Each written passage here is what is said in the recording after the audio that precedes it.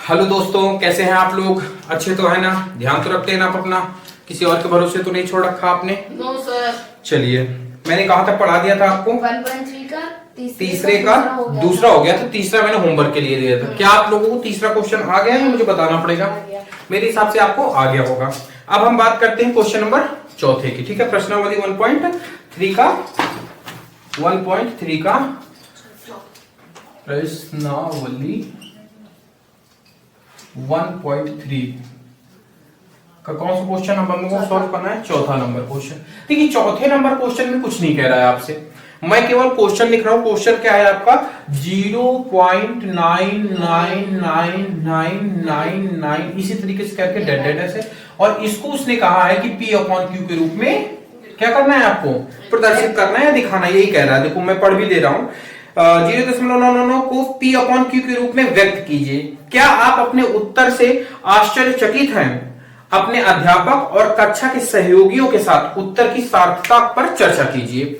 मतलब कुल मिला के इसका सिंपल सा कहने का मतलब, देखिए एनसीईआरटी में लैंग्वेज बेस्ड क्वेश्चन बहुत है, तो आपको लैंग्वेज पे गुमनाम नहीं होना, मतलब होना नहीं है उसमें। आपको मेन फोकस क्या रखना है कि हमारा सवाल क्या था। सवाल ये था, इसको किस रूप में आपको लाना है? P अपॉन Q के रूप में लाना है। ठीक है, तो इसको मैंने कई बार आपको इस तरीके के क्वेश्चन बहुत सारे बताए हैं। क्या कोई कर लेगा इसको? मुझे बताने पड़ेंगे। चलिए मैं बताता हूं। ठीक है, चलिए हम लोग सबसे पहले क्या करेंगे? P अपॉन Q के करने के लिए सबसे पहले इसको किसके रूप में मानेंगे? एक कांस्टेंट के रूप में मांगेंगे, जिसको हम लोग x कहते हैं। x से मान लो x बराबर कितना हो जाएगा? 0.9999 डॉट डॉट। इसको समीकरण 1 मान लो। क्या मान लो? समीकरण 1। ठीक है, इतनी चीज समझ में। अब इसको थोड़ा सा क्या लिखना है आपको? थोड़ा सा अंक रिपीट हो रहा है तो बार लगाते हैं ना हम लोग। कौन सा अंक रिपीट हो रहा है यहाँ पे? तो क्या इसको 0.9 के ऊपर बार नहीं लगा सकते?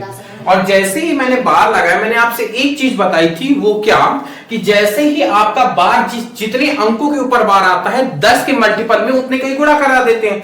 कितने के ऊपर बार आया है? 1 के ऊपर, तो 10 का मल्टीपल 1 का करा दो, मतलब 10 की पावर 1 कर दो। 10 की पावर 1 कितना आएगा? 10 ही आएगा। तो कितने का दोनों पक्षों में गुणा करेंगे हम लोग? 10 का। अच्छा, 2 अंकों में बार होता तो क्या करते? 10 की पावर 2 कर देते, तो 100 हो जाता। 3 अंकों में बार होता तो 10 की पावर क्या कर देते? 3 कर देते, तो कितने अंकों में बार हो जाता? 3 अंकों में बार हो जाता। इतनी चीज समझ में आई आपको? यहां तक तो कोई दिक्कत नहीं होगी मेरे हिसाब से। अब क्या लिखेंगे हम लोग? दोनों पक्षों में 10 का गुणा कराने पर। अब देखते हैं 10 में गुणा कराने पर। यहां पे कराएंगे तो कितना हो जाएगा? 10x बराबर, यहां पे कराएंगे तो 0.999 डॉट डॉट डॉट डॉट। इसमें अगर हम कितने का गुणा कराएं? 10 का, तो ये दशमलव कहां खसक के चला जाएगा? यहां पे आ जाएगा कि नहीं आ जाएगा? मैंने दशमलव के नियम में आपको पढ़ाया था।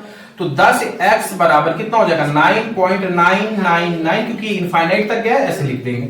ये हमारा क्या हो गया? समीकरण 2 हो गया। समीकरण 2 में 1 घटाने पर। हाँ, समीकरण 2 को 1 में क्या करने पर? माइनस करने पर, घटाने पर। तो लिख देते हैं समीकरण 2 को 1 से क्या करने पर? घटाने पर। मैंने चिन्ह लगा दिया, आप समझ जाना। ठीक है, करो जरा सा। 10x, अब लेफ्ट साइड लेफ्ट से घटेगा, राइट साइड राइट से घटेगा। तो 10x लेफ्ट क्या है इसका? x। राइट साइड में क्या है? 9.999 डॉट डॉट डॉट माइनस 0.999। यही होगा आपका। एक चीज हमेशा याद रखना, इस क्रम को चेंज मत करना, क्रम को। अब ऐसा नहीं कि यहां पर आपने समीकरण 2 को पहले लिखा है और आगे जाकर समीकरण 1 को पहले लिख दो। देखो, मैंने यहां पर समीकरण 2 का पहला लेफ्ट वाला लिखा है, तो यहां पर भी राइट में भी जब मैंने लिखा है तो समीकरण 2 का ही लिखा है। ये छोटी सी बात है, लेकिन आपको ध्यान रखना है। ऐसा मत कर देना कि इसको पहले लिख दो और उसको बाद में लिख दो, तो सारी चीजें क्या हो जाएंगी? आपकी गड़बड़ा जाएंगी। ठीक है, दोनों काम दोनों पक्षों में सेम करना है। यदि अगर x को पहले लिख रहे हो, 10x को बाद में लिख रहे हो, तो उसको भी पहले लिखो और इसको बाद में लिखो। जो करना है आपको दोनों पक्षों में करना है। ठीक है, 2 में मैंने 1 घटा दिया है, इस तरीके से समझ में आए? घटाओ जरा सही, कितना हो जाएगा? 9x। अब इसको घटाओ, इसको मैं साइड में बता देता हूं। क्या हो जाएगा? 9.999 डॉट डॉट डॉट। अब पॉइंट के नीचे पॉइंट 0 लगाओगे, 999 घटाओ जरा सा, 0.009। क्या दशमलव के बाद 0 को कोई महत्व होता है? नहीं होता है। तो ये क्या हो जाएगा आपका? 9 ही आ जाएगा। मतलब इन दोनों को जब घटाएंगे तो हमारा आंसर कितना आएगा? 9। और x बराबर ये इधर गुणे में उधर काहे में जाएगा, भाग में गया, कट जाएगा, कितना आ जाएगा 1। तो x का मान कितना आ गया 1। और देखो मैंने x को क्या माना था 0.9999, तो इसका आंसर कितना आ गया 0.9999 बराबर कितना आ गया 1। या तो आप इसको इतना देखो, डिटेल में आपको करना ही था क्योंकि उसने भी डिटेल में ही आपसे पूछा था। शॉर्ट फॉर्म क्या था, मैंने आपको क्या बताया था, जितने अंकों में बार होता है, जैसे 0.9 के ऊपर बार है, इसको शॉर्ट फॉर्म में कैसे सॉल्व करते हैं ये भी देख लो। जैसे मैंने बताया था जितने अंकों में बार होता है उतने नीचे क्या लगा देते हैं 9 लगा देते हैं, क्या लगा देते हैं 9, और दशमलव और बार क्या होते हैं हट जाते हैं, दशमलव हटा बार हटा ऊपर क्या बचेगा 9, और नीचे एक बार है तो नीचे क्या आ जाएगा 1 0 कट जाएगा, सिंपल सा फॉर्म एक। आपको इतना करने की जरूरत नहीं है, 2 लाइन में आंसर आ जाएगा। लेकिन आपको अभी प्रेजेंट टाइम में जब आप कक्षा 9 की एनसीईआरटी पढ़ रहे हैं तो आपको ये फॉर्म अपनाना पड़ेगा, ठीक है। आंसर आप इससे चेक कर सकते हो। मैंने बताया था ना घर परिवार वाली स्टोरी, याद है ना कि कोई बाहर का आ जाता है तो फिर उसको हम निगेटिव मान लेते हैं या फिर 0 मान लेते हैं और नीचे 9 लगा देते हैं। मैंने बताया था स्टोरी, मेरे प्रीवियस ईयर के वीडियो देख लीजिए, मतलब पहले वाली वीडियो देख लीजिएगा तो उसमें बहुत अच्छे से मैंने दशमलव समझाया है बार वाले। तो यहां पर आपको ये चीज समझ में आई। इसमें अगर कोई दिक्कत हो तो आप मुझे बताओ, नहीं है ना, पक्का नहीं है तो इसको नोट कर लो, फिर इसके बाद आगे वाले क्वेश्चन पे ध्यान देते हैं, ठीक है। नोट कर लो इसको। चलिए तो अब हम बात करेंगे 5वें क्वेश्चन में। 5वां क्वेश्चन क्या कह रहा है इसका, 5वां क्वेश्चन आपका कह रहा है 1/17 को दशमलव प्रसार में करिए। मैं पूरा क्वेश्चन पढ़ रहा हूं, मैंने मेन चीज इसमें लिख दिया है। इसमें क्या कहा है 1/17 को दशमलव के प्रसार में लिखिए, मतलब इसका प्रसार करना है, एक्सपेंडेड करना है, ठीक है। और कहा क्या है 1/17 के दशमलव प्रसार में अंकों की पुनरावृत्ति, खंडों में अंकों की अधिकतम संख्या क्या होगी। कहने का मतलब ये है कि इसको आप सॉल्व करिए भाग के माध्यम से, और भाग के माध्यम से सॉल्व करने के बाद आपको क्या देखना है कि कितने अंकों के बाद रिपीटेशन चालू कर देता है, रिपीटिंग करने लगते हैं, अंक रिपीट होने लगते हैं, जहां पे हम लोग बार लगा देते हैं। मैंने कॉन्सेप्ट बताया था आपको, जैसे मैंने ऐसे लिखा, समझना इसको, 17 का भाग किसमें देना है 1 में। अब जैसे ही मैं जब इसको सॉल्व करूंगा और कहीं पर घटाने के बाद मुझे अगर 1 प्राप्त हो गया, मैंने बताया था आपको वहां से अंक क्या होने लगेंगे, आपके रिपीट होने लगेंगे, बताया था मैंने। आपको नहीं ध्यान है तो अब इसमें देखिएगा ये कॉन्सेप्ट, ठीक है। इसीलिए मैंने 17 का पारा भी लिख दिया क्योंकि ये बहुत सारा लंबा जाएगा, कम से कम नहीं तो कुछ 10 से 12 अंक जाएंगे इसमें, ठीक है। और इसमें आगे भी कहा है अपने उत्तर की जांच करने के लिए विभाजन प्रक्रिया कीजिए, मतलब विभाजन हमें इसी प्रकार से देना है। और इसमें क्वेश्चन एक्चुअली में आपसे पूछा क्या है कि अंकों की अधिकतम संख्या क्या होगी, मतलब जब हम इसको सॉल्व करेंगे और जिन अंकों से रिपीटेशन चालू होगा उन अंकों की संख्या लिखनी है कि कितने अंकों के बाद रिपीटेशन चालू हो जाएगा। आइए इसको सॉल्व करते हैं, फिर बात आगे करते हैं, ठीक है। चलिए देखिए 1 है, अब मैं छोटा छोटा थोड़ा सा लिखूंगा, एडजस्ट कर लीजिएगा। जैसे ये 1 है तो क्या इसमें भाग जाएगा, नहीं जाएगा, तो 0 लगाएंगे, दशमलव लगाए हम लोग। अभी भी इसमें 1 0 जब लगाएंगे तो अभी भी देखो 17 बड़ा है और 10 छोटा है, अभी भी भाग नहीं जाएगा, तो फिर 1 0 लगाएंगे। आप बताओ कितनी, 100 कितने से कम है 85, 17 पूछ 85, तो 5 बार जाएगा 85 लिखो, कितना आ गया 15 आ जाएगा। दशमलव लगाए के मैं 0 लगा सकता हूं, अब कितनी बार जाएगा, मेरे हिसाब से ये जाएगा 8 बार, 17 8 136, यही होगा ना। चलिए 8 बार गया, कितना लिखेंगे हम लोग 136। अब कितना बचा, 10 में 6 गए 4, 4 में 1 गए 14, मतलब 14 बचा कि नहीं बचा। यहां तक बात समझ में आई आपको कि नहीं समझ में आई, ठीक है। अब देखो, अब दशमलव लगाए फिर 0 लगाएंगे, अब कितनी बार जाएगा, अभी भी 8 बार ही जाएगा कि नहीं जाएगा।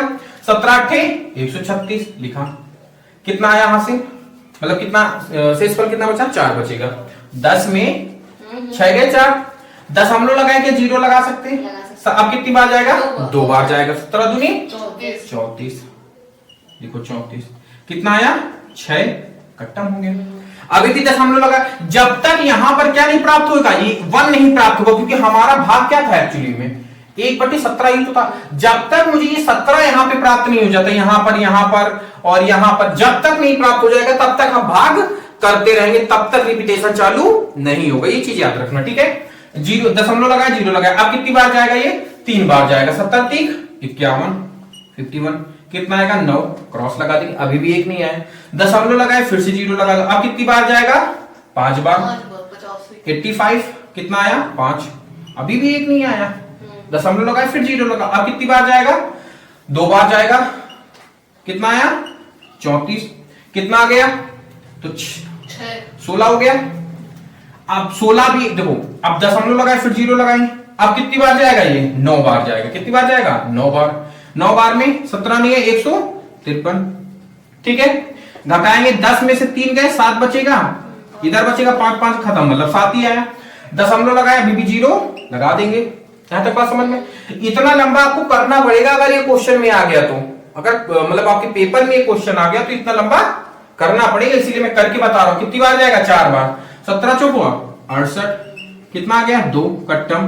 दशमलव लगाया, जीरो फिर बढ़ा देंगे, कितनी बार जाएगा? 1 बार। कितना आया? 17। कितना आएगा? 3। अब एक बात याद रखना, यहां 1 से हमें कोई मतलब नहीं है, हमारा 1 यहां आना चाहिए। अभी भी नहीं आया, कोई दिक्कत नहीं, यहां पे कट्टम हो जाएगा, जीरो लगा दिया। अब कितनी बार जाएगा? 1 बार जाएगा। 17। कितना आंसर आएगा? 10 में 7 गए, 3, इधर कितना है? 13। दशमलव लगा है, जीरो बढ़ा देंगे। अब मैं थोड़ा सा साइड में करना चालू कर रहा हूं। 130 आया था, कितनी बार जाएगा आपका? 17 सत्ते 7 बार गया, 199। घटाएंगे, 1 आया, 1 आया, खत्म, 11 आ गया। फिर दशमलव लगाए, जीरो लगाएंगे, अब कितनी बार जाएगा ये? 7 बार जाएगा, 6 बार जाएगा। 17 छक्का 102। कितना आएगा? 10 में 2 गए, 8, 8 ही आएगा। दशमलव लगाए, जीरो लगाओ, अब कितना आया? कितनी बार जाएगा? 5 बार। 4 बार तो 70 को 85, हाँ 4 बार जाएगा। कितनी बार जाएगा? 4 बार। 4 बार में 68। कितना आएगा आपका? तो इसमें आ जाएगा आपका 12। कितना आ जाएगा? 12। अभी भी दशमलव है, जीरो लगा देंगे। कितना आ गया? कितनी बार जाएगा? आ गया ना 1 कि नहीं आया? 119, 1 आ गया। अब जैसे ही मुझे यहां क्या प्राप्त हुआ? 1। अब इसके बाद 1 होगा, मेरी बात सुनो बाबू, जैसे ही 1 हमें क्या हुआ? प्राप्त हुआ, इसके बाद में यहां से फिर चालू हो जाएगा। फिर इतना लंबा करने के बाद फिर 1 आएगा, फिर वही प्रक्रिया चालू हो जाएगी। मतलब इसके बाद अंक क्या होने लगेंगे आपके? रिपीट होने लगेंगे। तो क्या मैं ऐसे नहीं कह सकता? इसको इधर ही मैं लिखे दे रहा हूं, 0.058823529 ठीक है, 1176447। ठीक है, इसके ऊपर, इन सब के ऊपर क्या लगेगा आपका? वहां लगेगा। अब उसने आपसे पूछा था कि ये प्रक्रिया करके दिखाओ, और एक्चुअल में क्वेश्चन आपसे क्या पूछ रहा था? इसमें अंकों की संख्या, ये तो पूछा था आपके। पुनराखंड में अंकों की अधिकतम संख्या, अंक कितने अधिकतम है इसमें गिनो? 1 2 3 4 5 6 7 8 9 10 11 12 13 14 15 16। तो अंकों की पुनरावृत्ति कितनी बार हुई है? अंकों की अधिकतम संख्या क्या है? 16। तो अंकों की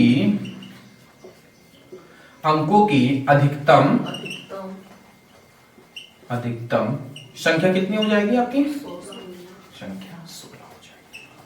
क्या यहां पे ये आपका आंसर है? इतना करके दिखाना है प्लस इतना लिखना है, तब आपको एग्जामिनर पूरे नंबर देगा।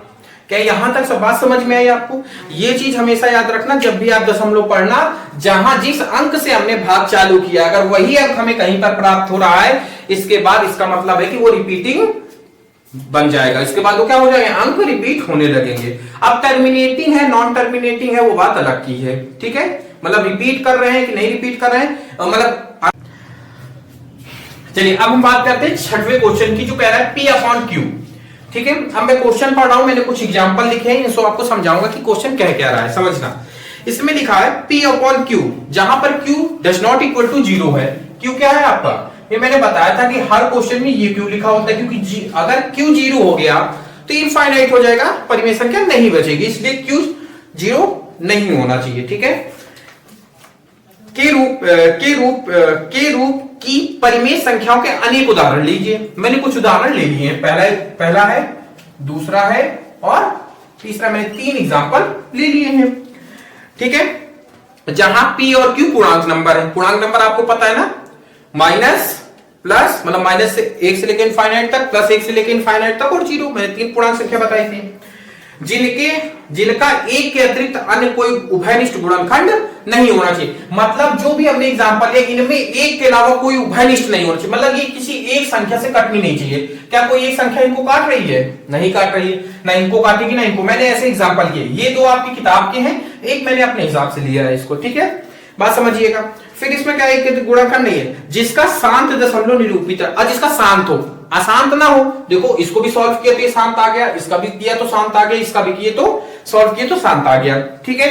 जो जो ये कह रहा है, जैसी जैसी कंडीशन कह रहा है, वैसे वैसे मैंने इसके एग्जांपल ले लिए हैं। आप देखिए आगे क्या कह रहा है। क्या आप यह अनुमान लगा सकते हैं, अब हमसे क्वेश्चन कर रहा है ये कौन, एनसीईआरटी की बुक। क्या कह रही है, क्या आप यह अनुमान लगा सकते हैं कि Q का कौन सा गुण अवश्य संतुष्ट करना चाहिए। मतलब जो Q है, Q कौन कौन है, मतलब ये, मतलब 8, 400 और 25, इनका कौन सा ऐसा गुणनखंड है, या फिर ऐसा कौन सा एक उभयनिष्ठ गुण है जो इन सब में विद्यमान है। तो आइए इसको जरा सा देखते हैं। क्वेश्चन आपको समझ में है, मैंने क्वेश्चन को समझाने की कोशिश किया, पढ़ के दिखा दिया। अब बात करते हैं किसकी, अब इसका आंसर कैसे निकालेंगे समझना। Q को पकड़ो, क्योंकि Q की ही बात किया हुआ है। Q को पकड़ो, Q क्या है 8, इसके प्राइम फैक्टर करो, अभाज्य गुणनखंड करो। कितना आएगा, 2 से कटेगा 4 आएगा, 2 से कटेगा 2 आएगा, 2 से कटेगा 1 आएगा। तो 8 के कितने प्राइम फैक्टर हुए, 2 क्रॉस 2 क्रॉस 2।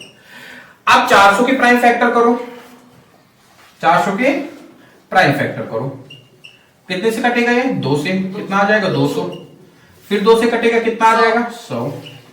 फिर ये 2 से कटेगा तो 50, फिर ये 2 से कटेगा तो 25, फिर ये 2 से कटेगा 5 से कटेगा तो 5, फिर ये 5 से कटेगा तो 1। अब 400 के कितने गुणनखंड आए, 2। अब मैं डायरेक्ट इनकी घात लिख लूं, 2 की पावर कितनी है 3, इधर 2 की पावर 1 2 3 4, 2 की पावर 4 1 5 की पावर 2। अब तीसरा क्या है हमारा 25, इसके प्राइम फैक्टर करो, इससे कटेगा 5 से 5 आएगा, 5 से कटेगा 1 आएगा। इसके प्राइम फैक्टर कितने हुए, 5 की पावर 2। प्राइम फैक्टर आपको समझ में आ रहे हैं कैसे दिए जाते हैं, मैंने बता दिया। अब इसमें आप एक चीज देखो, मैंने 3 एग्जांपल लिए, 3 एग्जांपल में एक चीज कॉमन है कि इसका जो भी आंसर आ रहा है या तो वो 2 के गुणन में है, 2 की घात में है, या तो वो 2 और 5 की घात में है, या सिर्फ 5 की घात में है। तो यही इसकी विशेषता है। Q का गुण पूछा था ना कि ये सारी कंडीशन तो फॉलो करे, प्लस Q का गुण बताओ कि उसका गुण क्या है। तो इसका गुण यही है कि अगर इस प्रकार की कोई कंडीशन होगी कि उसका एक अभाज्य गुणनखंड हो, एक के अतिरिक्त और कोई संख्या इनको ना काटे, ये सारी जो भी इसने कंडीशंस दी हैं, जो भी इसमें कंडीशंस लिखी हुई हैं, वो कंडीशन आपको क्या उसकी सेटिस्फाइड, उसका गुण क्या है कि उसका जो Q होगा, जो हर होगा, वो किसके फॉर्म में होगा, या तो 2 की पावर के फॉर्म में होगा, 2 की घात में फॉर्म में होगा, या 2 और 5 की घात में होगा, या फिर सिर्फ और सिर्फ किसकी घात में होगा, 5 की घात में। इसके अलावा और 3 4 ये कुछ नहीं हो सकते हैं। यहां तक बात समझ में कि क्वेश्चन कौन सा गुण है, इनका गुण है कि जो हर होगा या तो ये 2 का गुणज होगा, या 2 और 5 का गुणज होगा, या फिर 5 का गुणज होगा। इसके अलावा और तीसरा कुछ नहीं हो सकता। ठीक है, बात समझ में आई आपको कि नहीं समझ में आई, पक्का। अब देखो इसमें क्या लिखना है, Q के अभाज्य गुणनखंड में केवल, देखो Q के अभाज्य, या मैंने अभाज्य गुणनखंड तो किए हैं, अभाज्य गुणनखंड में क्या होगा, केवल 2 के घात, केवल 2 के घात कॉमा, या फिर या 5 के घात, या 5 के घात, या फिर या दोनों होते हैं, या मतलब या तो 2 भी हो सकते हैं या 5 भी हो सकते हैं, दोनों होते हैं। ये इसका थ्योरेटिकल आंसर है। ठीक है, मैंने हालांकि मैंने देख के बताया, लेकिन मैंने समझा आपको पूरा दिया है। ठीक है, थ्योरी मैंने देख के बताई है। ठीक है, तो इतना आप एडजस्ट कर लेना थोड़ा सा। इसका कहने का मतलब Q के जो मैं Q का जब अभाज्य गुणनखंड करूंगा तो या तो वो 2 के घात में आएगा, जो मैंने अभी बताया था इसके पहले, या तो वो 5 की घात में आएगा। देखो 2 की घात में कौन सा आया था, ये आया था, और या तो 5 की घात में आया था, ये आया था, या इन दोनों की घात में आएगा, मतलब ये वाला। क्वेश्चन समझ में आया आपको, आंसर समझ में आया इसका, नोट कर लो। इसके बाद आगे बात करते हैं नेक्स्ट स्लाइड में कौन कौन से क्वेश्चन बचे आपके, 7 8 और 9। ठीक है, नोट कर लो इसको। चलिए, तो अब हम बात करते हैं नेक्स्ट स्लाइड में 7वें और 8वें दो क्वेश्चन है इस स्लाइड में, दोनों क्वेश्चन को हम निपटा देंगे। 7वां क्वेश्चन क्या कह रहा है, समझने की कोशिश करिएगा। ऐसी 3 संख्याएं लिखो जिनके दशमलव प्रसार अनुवाशी हो और अनावर्ती हो। अब हिंदी में आपको समझने में थोड़ा सा दिक्कत होगी। ये इतना कह रहा है कि ये अशांत हो, अशांत मतलब बढ़ते चले जाए, और ये अनुवार्ती मतलब रिपीटिंग ना हो, वो संख्या क्या हो, अलग अलग हो, रिपीट ना करे, लेकिन अशांत होने चाहिए। तो ऐसे कोई भी एग्जांपल लिख दो, जैसे मैंने पहला ही एग्जांपल लिखा है 0.02 0.002 0.004 0.00006 कुछ भी लिखते चले जाओ ऐसे ऐसे। ये आपका पहला एग्जांपल होगा। कितने देना है मुझे, 3 संख्या लिखनी है। दूसरा कुछ भी लिख दो 0.6241320024 मतलब ये या तो रिपीटिंग भी ना करे और अशांत भी ना हो, अनंत तक जैसे 3 एग्जांपल लिखने, आप कुछ भी लिख सकते हो। ठीक है, चलो ठीक है, एक आप लोग लिख लेना। अब ये वाला क्वेश्चन समझ में आया ना, अनुवासनी अनावर्ती होना चाहिए, मतलब रिपीटिंग ना हो और अशांत होना चाहिए। ठीक है, यहां तक बात समझ में। अब हम बात करते हैं परिमेय संख्या की। परिमेय संख्या 5/7 और 9/11 के बीच 3 अपरिमेय संख्या ज्ञात करनी है।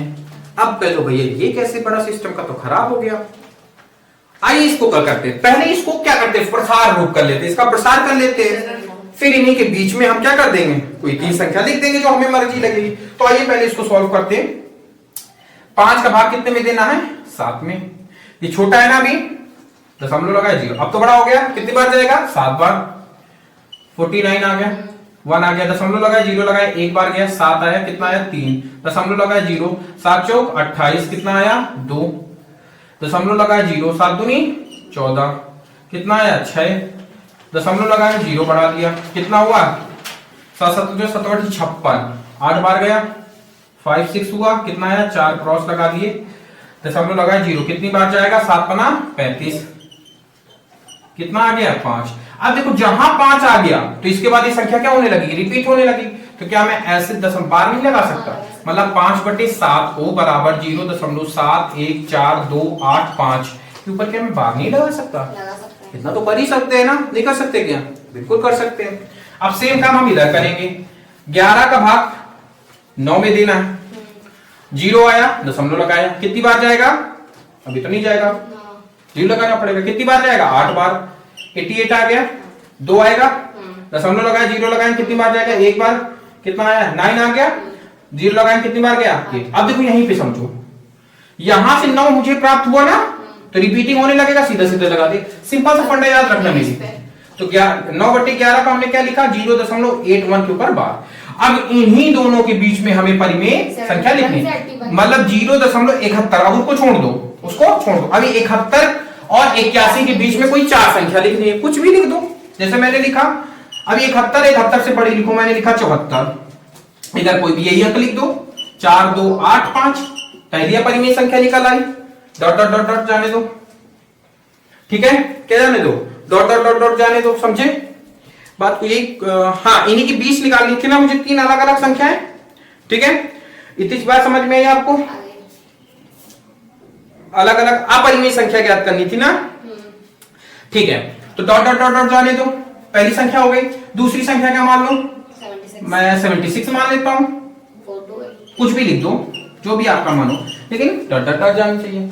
81 से छोटी होनी चाहिए, एक मैं मान लेता हूं 80, 79 24 1 3 डॉट डॉट डॉट, यही 3 संख्याएं आपकी अपरिमेय संख्या है, जिनको आप लोग नंबर लाइन में डिनोट नहीं कर सकते, और इनके बीच में है। देखो आपके एनसीईआरटी में जो आंसर दिया हुआ है उससे थोड़ा सा मैचिंग नहीं कर सकता है, लेकिन आपका आंसर यही होगा, ठीक है, एग्जाम में गलत नहीं करेगा, नोट कर लो। इसके बाद केवल लास्ट क्वेश्चन बचता है जो आपका है 9वां क्वेश्चन, बताइए कि निम्नलिखित संख्याओं में से कौन सी संख्या परिमेय है और कौन संख्या अपरिमेय है। 2 सेकंड की क्लास रहेगी आगे वाली स्लाइड, इसके बाद आपकी चैप्टर खत्म, कल से नया चैप्टर 1.4 चालू करेंगे, ठीक है, इसको नोट कर लो, आगे बात करते हैं। चलिए, तो ये आपकी आज की क्लास का लास्ट वीडियो है, इसमें हम क्या पूछोगे, परिमेय व अपरिमेय संख्या ज्ञात कीजिए। क्वेश्चन नंबर 9 है 1.3 का, प्रश्नावली 1.3 का 9वां क्वेश्चन है, जिसमें से आपके सब क्वेश्चन 5 दिए गए हैं, इसमें से आपसे पूछा कि परिमेय अपरिमेय, थोड़ा सा सॉल्व करेंगे, मिनटों में क्वेश्चन आ जाए। क्या √3 को हम सॉल्व कर सकते हैं? आप मुझे बताओ। √23 को सॉरी सॉल्व कर सकते हैं? नहीं कर सकते भाई। 25 का निकल सकता है 5, 16 का निकल सकता है 4, लेकिन √23 का मान नहीं होता। अब जब इसका मान फिक्स नहीं है तो ये कैसी संख्या हो जाएगी आपकी? एक अपरिमेय संख्या। इसको P/Q के रूप में नहीं व्यक्त किया जा सकता। इसको सॉल्व करेंगे तो ये अनंत तक चलती चली जाएगी, जैसे पाई होती है, ठीक है। तो ये क्या हो जाएगा? एक अपरिमेय संख्या हो जाएगी, अपरिमेय संख्या। मैंने वैसे आपको ये अंडर रूट वाली मैंने कॉन्सेप्ट आपको बताया है, लेकिन ये जो 2 से 15 है ना, ये किसका होता है? 225 215 किसका होता है? 225 हाँ 225 सॉरी किसका होता है? हाँ वर्गमूल किसका होता है? 25 का तो 625 होता है, 15 का होता है। अब 15 क्या नंबर लाइन में डिनोट किया जा सकता है? ये 15 को हम 15/1 नहीं लिख सकते? ये P हो गया, ये Q हो गया, इसका मतलब ये क्या हो गई आपकी? एक परिमेय संख्या हो गई। क्या हो गई भाई? परिमेय संख्या वही होती है ना जिसको P/Q के रूप में व्यक्त कर सकते हैं। तो क्या हो गई आपकी? परिमेय संख्या हो गई। ठीक इसी प्रकार 0. इसको भी क्या ऐसे नहीं लिख सकते? मैंने बताया दशमलव हटेगा, जितने अंक उधार है उतने नीचे 0 लग जाएंगे। तो क्या इसको 3, 7, 9, 6, 1 कितने 4 0 नहीं लगा सकते? ये P हो गया, ये Q हो गया। क्या इसको हम परिमेय संख्या नहीं कह सकते हैं? कह सकते हैं बिल्कुल। ये परिमेय संख्या हो गई आपकी। बात समझ में आई? पक्का। बात इस तो कि डैश। अब इसके आगे के अंक हमें नहीं पता है, तो क्या हम P/Q के रूप में लिख सकते हैं? इसको नहीं लिख सकते। तो ये क्या हो जाएगी? एक अपरिमेय संख्या हो जाएगी। क्या हो जाएगी? अपरिमेय संख्या हो जाएगी। ये वाली इसमें भी डैश है, मुझे कंफर्म नहीं पता। ये दोनों अशांत है। अशांत क्या होती है? अपरिमेय होती है। जो शांत होती है, जैसे एक शांत थी, ये शांत थी, वो भी अशांत है। तो ये आपकी क्या हो जाएगी? अपरिमेय संख्या हो जाएगी। क्या हो जाएगी? अपरिमेय संख्या। क्या नहीं समझ में आया ये क्वेश्चन? मेरे हिसाब से मैंने बहुत अच्छे से इसको एक्सप्लेन करने की कोशिश किया है, आपको अच्छे से समझ में आया होगा। आई होप आप लोगों को भी बहुत अच्छे से समझ में आया होगा। आपको अगर इस वीडियो से जरा सा भी कुछ सीखने को मिला है तो हमारे चैनल को सब्सक्राइब कीजिए, और हमारी इसी वीडियो में या अन्य वीडियो है उनमें कमेंट कीजिए, उनको लाइक कीजिए, उनको शेयर कीजिए, जिससे मुझे मोटिवेट मिलेगा और मैं इसी तरीके के अच्छे वीडियो आपको और उपलब्ध करा सकूं। और मेरी प्ले लिस्ट आप जरूर देखिएगा, उसमें मैंने बहुत अच्छे जीएस और शॉर्ट ट्रिक मैथ की भी काफी अपलोड किया है, ठीक है। तो उसको भी आप विजिट करना मत भूलिएगा। चलिए धन्यवाद क्लास देखने के लिए। बात मिलते हैं आपसे कल। आप इसको नोट कर लीजिएगा, नोट्स जरूर बनाते रहिएगा। नोट्स बनाने में आप कंजूसी मत करिएगा, नोट्स जरूर बनाते रहिएगा। धन्यवाद आपको क्लास देखने के लिए।